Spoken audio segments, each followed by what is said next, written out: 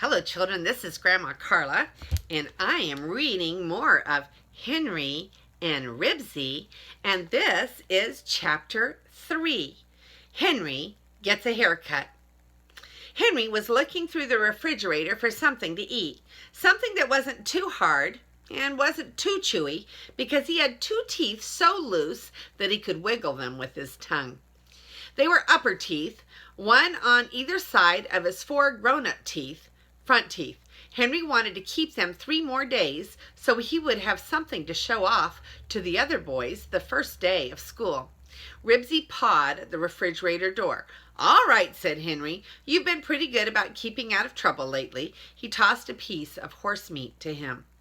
"Let's see," thought Henry, poking first his loose right tooth and then his loose left tooth with his tongue. "Peanut butter is too sticky. I guess I'll have some bread and some apricot pineapple jam."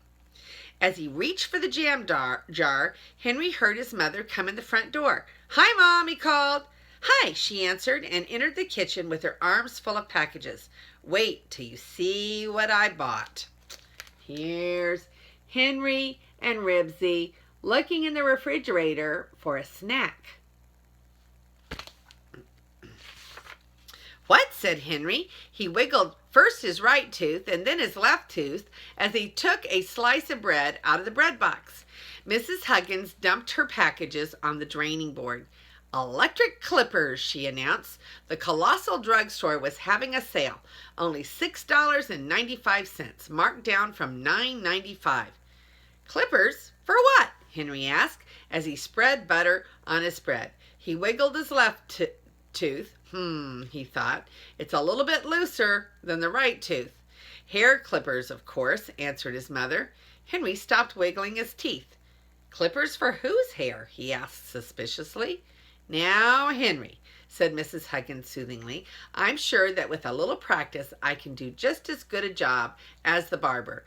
And with the price of haircuts, think of the money that we can save." "Mom!" wailed Henry, clutching his hair. He didn't want to save money. He wanted to save his hair. "Are you going to cut Dad's hair too?" Mrs. Huggins laughed as she unwrapped the clippers. "Your dad's hair is precious. Now that it's getting so thin on top, we can't afford to take any chances with it." "My hair is precious too," said Henry, deciding he wasn't hungry after all. He handed Ribsy the bread and butter and watched him gulp it down. Then he leaned gloomily against the refrigerator and wiggled first his right tooth and then his left tooth. Jeepers, he thought. "Now what am I going to do?" Mrs. Huggins took a sheet out of a drawer. "Henry, why do you keep making such awful faces?" she asked. "I'm not making faces," said Henry. "I'm wiggling my loose teeth." "Which teeth are loose?" Mrs. Huggins asked. "Maybe she'll forget about cutting my hair," thought Henry, as he went to his mother and bared his teeth. This, and this," he lisped as he wiggled first his right tooth and then his left tooth with his tongue. "Your canine teeth," remarked Mrs. Huggins. "Canine?" repeated Henry, delighted that he was distracting his mother. "I thought canine meant dog." "It does," answered his mother. "The cuspids are called canine teeth because they're pointed like a dog's teeth." "Hey, teeth like a dog," said Henry. He bared his teeth and he growled at Ribsy. Then Mrs. Huggins said briskly, "Now, Henry, don't try to change the subject. You sit on this chair and put your sheet around the neck, and I'll go to work." "Right this minute?" Henry thought mournfully. "Right this minute," said Mrs. Huggins. "Your hair is so scraggly in the back of your neck it looks like fringe." "Mom," wailed Henry, "you can't do this to me." "Now, Henry, don't worry," said his mother reassuringly. "On the way home I stopped and watched the barber cutting hair, so I know just how it's done." "Do you think Dad will want you to cut my hair?" Henry asked. "Oh, yes," answered Mrs. Huggins. "I phoned him and talked it over with him before I bought the clippers. He thought it was a good idea." "I might have known they'd stick together," Henry thought miserably as he slid down in the chair. "Why can't the phone ring or something?" Mrs. Huggins plugged the clippers into the wall and turned on the switch. They chattered so furiously that Henry could not help ducking. Ribsy tucked his tail between his legs and hastily left the kitchen. Henry felt his mother's hand on the top of his head and heard the clippers at the back of his neck, and then he felt them touch his skin. "Ow!" he exclaimed and pulled away. "They're cold." "Now, Henry, I haven't even begun to clip," said his mother. Henry gritted his teeth. The clippers touched the back of his neck and whizzed up his head. "Mom," protested Henry, feeling the back of his head, "that's too short." "The clippers do cut awfully fast." For the first time, Mrs. Huggins sounded a little doubtful. Once more the clippers tickled Henry's neck and chattered up the back of his head. "There," said Mrs. Huggins, "I didn't get quite so close that time." "But it's supposed to match," said Henry. Here is a picture of Henry's mom cutting his hair. And poor Henry is kind of grimacing there. Do you see that? He is not at all a happy camper. "I'll take a little off right here to even it up," said Mrs. Huggins. The clippers swooped down on Henry's head. Then they whizzed up the back again. "Just wait till the kids see this," thought Henry gloomily. "Hey, what's going on in here?" It was Henry's father. The clippers made so much noise that neither Henry nor his mother had heard him come in. "Dad," wailed Henry, "look what Mom's done to me." Said Mr. Huggins, "your hair looks as if the moths had gotten to it." Mrs. Huggins began to laugh, but Henry did not think it was very funny. Who wanted to go around with moth-eaten hair? He slid farther down in his chair and scowled at the kitchen wall. "Here, let me try," said Mr. Huggins. "I ought to know how to cut hair. I've watched the barber cut mine often enough." He started the clippers chattering again. Henry sat up. Maybe his father would be better at cutting hair. He felt his right ear being folded down and heard the clippers whiz up the side of his head. "Oops," said Mr. Huggins. "What do you mean, oops?" demanded Henry crossly. Instead of answering, Mr. Huggins put his hand under Henry's chin, tipped his head back, and looked first at the right side and then at the left. He folded down Henry's left ear and ran the clipper up the side of his head, and then he stepped back to look at the results. "Not too bad," he observed. Henry groaned. "What'll we do with the top?" asked Henry's father. "Mow it?" "Dad!" yelled Henry. Mrs. Huggins giggled. Henry scowled. Mr. Huggins held a lock of Henry's hair up with a comb and sheared the ends off with the clippers. "This isn't so easy," he said. "Your hair grows every which way back here." He combed and clipped another lock and then another. "There," he said at last, and turned off the clippers. Neither of Henry's parents spoke. "Let me see." Henry jerked off the sheet and ran to the mirror in his room. He stared, too horrified to speak. His hair was shorter on the left side than on the right. Both sides were rough, and the top looked chewed. Henry ran his hands over the back of his head. He did not need to see it. He could tell what his father meant about moths. He could never go outdoors looking like this. He would have to stay in the house for weeks, even months, until his hair grew out. Mrs. Huggins came into the room and put her arm around Henry's shoulders. "I'm sorry, Henry. I thought I could do a better job. I'm sure it will look all right in a few days." "Don't worry, son," said Mr. Huggins. "It'll grow out in no time, and next time we'll do better."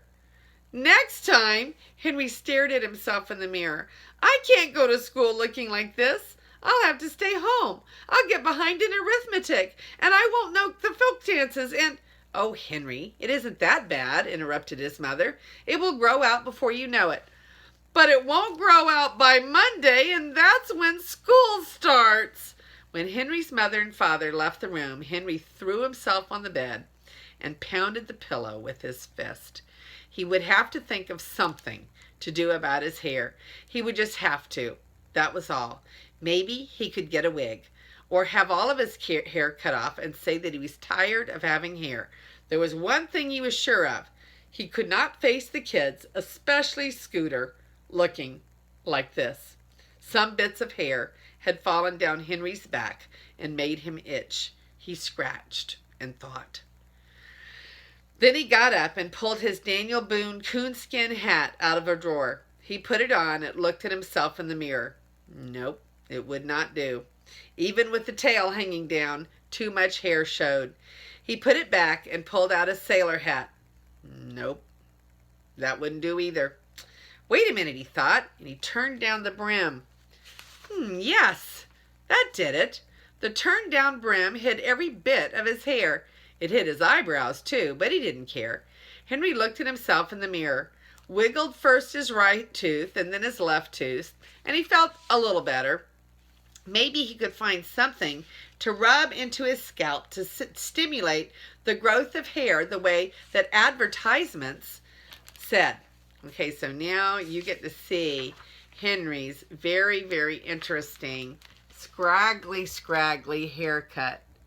Look at all those rows of hair not done quite right. And Henry is very upset. And here is Henry with his sailor cap turned down.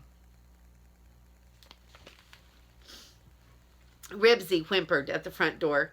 Henry let him out and then decided to go out with him. Even if he did look funny, he'd better keep his eye on Ribsy every minute. He wasn't going to miss that fishing trip if he could help it. Henry sat on the front steps with his arm around Ribsy's neck and laid his cheek against Ribsy's ear. Good old Ribsy. He seemed to understand. Funny how Ribsy's ears were so silky when the rest of his hair was so rough. And he smelled good, too. A nice doggy smell. Henry scratched Ribsy behind his right ear. Thump, thump, thump went Henry's tail on the step. Then Ribsy trotted into the shrubbery and came back with his rope, which he dropped at Henry's feet. He looked at Henry and wagged his tail. Oh, so you want to play tug-of-war? Henry tossed one end of the rope to his dog, who grabbed it with his mouth and growled a pretend growl. Henry pulled at the rope. Ribsy hung on and pulled harder. Good old Ribsy, said Henry. It wasn't every dog that could play tug-of-war. Henry was still playing with Ribsy when he noticed Scooter McCarthy pedaling down Klickitat Street on his bicycle, with Robert riding on the back fender. His friends had already seen him. Scooter stopped in front of Henry. Hi, he said. What are you wearing that sailor hat for? None of your beeswax, said Henry. The two boys got off the bicycle and joined Henry on the steps. Henry watched Scooter in case he tried to snatch the sailor hat. I bet all your hair fell out, said Scooter. I bet you're bald. My hair didn't either fall out, said Henry. Then why? Began Robert. Henry quickly interrupted. I have 2 loose teeth, he said to change the subject. See, this and this. They're canine teeth. That means teeth like a dog. Ah, I lost those teeth ages ago, boasted Scooter. Sure you did, said Henry. You're older than me. How about letting me pull them for you, suggested Scooter. No, let me, begged Robert. Nope, said Henry, pleased at getting their attention away from his hat. Ah, come on, Huggins, coaxed Scooter. I'll give you a piece of Chinese money that has a hole in the center. Henry shook his head. He hoped he could keep them talking about his teeth until his mother called him to dinner. Please, Henry, said Robert, I'll let you make a tunnel out of a coffee can for my electric railroad. Henry did not answer. He wiggled his teeth and kept an eye on Scooter. You keep quiet, Scooter said to Robert. I asked him first. He's more my friend than he's yours, answered Robert. We're the same age and we're in the same room at school. Henry wiggled his teeth and let the boys argue. While they were arguing, Mary Jane, Beezus, and her little sister Ramona came down the street. Henry could tell that they had been to the store because Mary Jane was carrying a jar of mayonnaise, Beezus a carton of milk, and Ramona a pound of butter, which wouldn't break if she dropped it. Henry has 2 loose teeth at the same time, Robert announced to the girls. Let's see, said Beezus eagerly. Oh, it's nothing, said Henry modestly, and he bared his teeth. He wiggled first the right tooth and then the left tooth while the girls watched and admired. If he kept them busy looking at his teeth, they might not say anything about his hat. If you'll tie strings to them, I'll be glad to pull them for you, said Beezus. Hey, I asked first, Scooter reminded Henry. Nope, said Henry.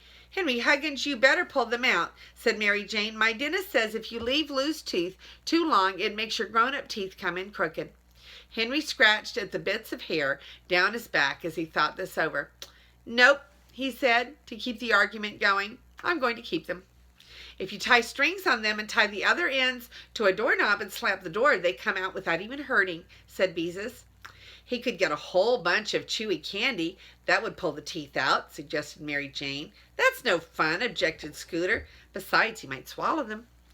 He could tie a string to each tooth and then tie rocks to the other ends of the strings and throw the rocks in the river. Robert looked pleased with his suggestion. I know a better way, said Scooter. He could tie the rocks to his teeth and walk along a railroad track until he came to a high trestle, and then when he got to the middle, he could throw the rocks off. Boy, that would really pull them out. I know, said Robert. We could tie the other end of the string to the back end of the fire engine, and when it took off, yow, would his teeth come out in a hurry. He could tie them to a rocket and set off the rocket. Zowie! That would really be something to watch. Scooter looked proud of himself for thinking up this idea. Now you're being silly, said Mary Jane. Anyway, the 4th of July is past. Say, those teeth, whose teeth are they anyway? Demanded Scooter. Demanded Henry. Was Scooter eyeing his hat? He couldn't be sure, so he continued. Besides, I don't want to lose the teeth for keeps. I want to put them underneath my pillow at night and find dimes instead of teeth in the morning. Anyway, I'll think of a way to pull them myself. How? Everyone wanted to know. You just wait, said Henry. It'll be a good way, a way nobody ever pulled teeth before. And then he wished he hadn't said it. Now he would have to think of a way to pull teeth, and he'd already had enough troubles. He scratched his back where the loose hair made him itch, and wished his mother would hurry up and call him in to dinner. So these are all the ways that the children had suggested. Tie a rock around your tooth and stand on top of a bridge and throw the rock off. That was one way they suggested. Okay, tie your string to the back of a fire engine, and when the fire engine went by, it would jerk your teeth out. Or we could tie it to a rocket, and then the rocket could go off. Zowie! What do you keep scratching for? Scooter asked, glancing at Henry's hat. I itch, said Henry coldly. Ramona, shrieked Beezus suddenly. Now look what you've done. Ramona was busy eating the pound of butter, which she had unwrapped and was holding in her grimy little hands. Ribsy finished licking the greasy paper and moved closer to help Ramona finish the butter. Ribsy, yelled Henry, and grabbed his dog by the collar. He couldn't have Ribsy eating the Quimbley's butter. Beezus' mother would be sure to complain if he did. The Quimbeys might eat butter that had been licked by Ramona, but they probably wouldn't eat butter licked by Ribsy, even though he was a nice, clean dog. Ribsy strained so hard toward the butter that Henry had to hang onto his collar with both hands. Ribsy coughed and pawed at the air with his front feet. Cut it out, Ribsy, ordered Henry. Do you want to get me in trouble? Ramona, just wait till Mother sees this butter, scolded Beezus as she pried her little sister's slippery fingers. Look at it. It's all squeezed and dirty. Out of the corner of his eye, Henry saw Scooter raise his hand. Henry let go of Ribsy's collar. The dog bounded forward, and Henry clapped his hands to his head an instant too late. Scooter had snatched the sailor hat. You give me that hat, yelled Henry, trying to cover his hair with one hand while he grabbed at his hat with the other. Try and get it, taunted Scooter, and began to laugh. Boy, oh boy, look at the haircut. And here is little Ramona squeezing the butter and dripping all over the place. And that was just the distraction that Scooter needed to snatch the hat off of Henry's head. Ribsy, screamed Beezus. I've got him, said Robert, grabbing Ribsy by the collar. Henry Huggins, what happened to you? Mary Jane was horrified. You look all chewed. Wow, exclaimed Robert, keeping a firm grip on Ribsy's collar. Look at that hair. Scooter McCarthy, you give me that hat. Henry tried to grab it, but Scooter held it out of reach. What happened, Henry? Robert asked. Did you cut your own hair? Keep quiet, said Henry. It looks as if something had been chewing on it. Scooter stopped and laughed. Look at it. Did you ever see anything so chewed? Beezus, who was trying to stuff the melting remains of the butter back into the box, looked at Henry. I know what happened. His mother cut his hair, that's what. I can tell. because my mother cuts my hair and she never gets the bangs straight." "Is that what happened?" Scooter demanded as he spun Henry's hat around on his finger. Henry kicked at a tuft of grass. He was too miserable to answer. "Boy, she really fixed you," said Scooter, laughing harder than ever. "Look at those nicks in the back and the way it sticks out over your ears." "I'm glad my mother doesn't cut my hair," said Robert. "I wouldn't want to go around looking like that." "Wait till the kids at school see it," said Scooter. "I wouldn't want to be in your shoes." "It does look pretty awful," said Beezus, as she tried to hang on to her sister's greasy fingers. "I guess it's easier to cut girls' hair." Henry did not have a thing to say. He knew how awful his hair looked. At last, Mrs. Huggins came out on the porch. "Dinner is ready, Henry," she called. Henry caught the sailor hat as Scooter tossed it to him. "Come on, you old dog," he said to Ribsy as he climbed the front steps. He said, "Look at all the trouble you got me into just because I was trying to keep you out of trouble. Now what am I going to do?" Ribsy's ears and tail drooped as he followed Henry into the house. And here's the picture of poor Ribsy and the dejected Henry walking in for supper. They both look a little pitiful, don't they? And this is Grandma Carla, and I love you.